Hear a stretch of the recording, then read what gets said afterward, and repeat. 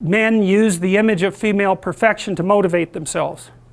And that's exactly right. That's precisely what they do. You see that in the Tom Sawyer story. So Tom Sawyer is about 12 years old, and he's still hanging around with his friends like Huck Finn. And this girl moves across the street, Becky, and she comes out, and he's struck by her for the first time in his life. Something's changed. And the first thing he does is hop up on a picket fence and show off and balance in front of her. And he's saying, well, look at me, look at me. He's like the male bowerbird building something beautiful so the female will approve of it. And it's motivation.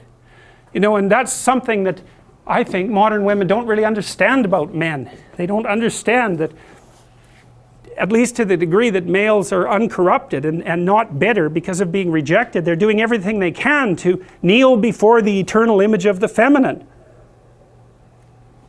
and try to make themselves worthy. That's the chivalry story, right? That's what you should encourage in your partner. So out of chaos emerges this first form. It's the feminine form. It's partly the form that represents novelty as such.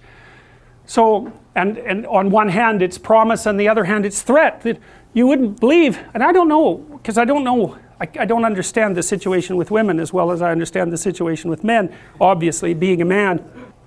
But I don't know if women have any idea how paralyzing they are to especially young men.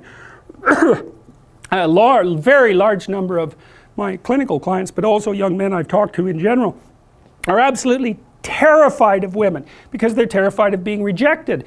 And the terror exists in precise proportion to their attraction to the woman, which is a horrible paradoxical situation to be in. It's often why men make such fools of themselves in front of women that they're attracted to. It's because, first of all, they don't see the woman that they're attracted to, because what the hell do they know about her? They don't see her as an individual.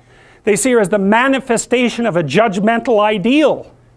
And then it's only in establishing the relationship with the actual woman that they can start differentiating between the judgmental ideal and the actual individual woman. And that also requires a sacrifice. And the sacrifice is, you never can have an ideal woman. So to have a relationship with any woman, you have to sacrifice the relationship with the ideal woman, and you have to see the individual woman and separate her from the ideal.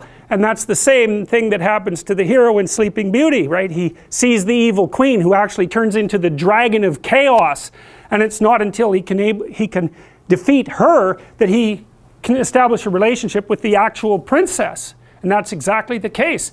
I had one of my clients who ran this men's group, which was quite interesting. One of the things they had the initiates do, which was very intelligent, was to go out and ask 50 women in one day for their phone numbers. Why?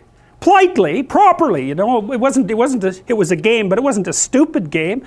And the idea was, get over your fear of rejection. And how do you do that?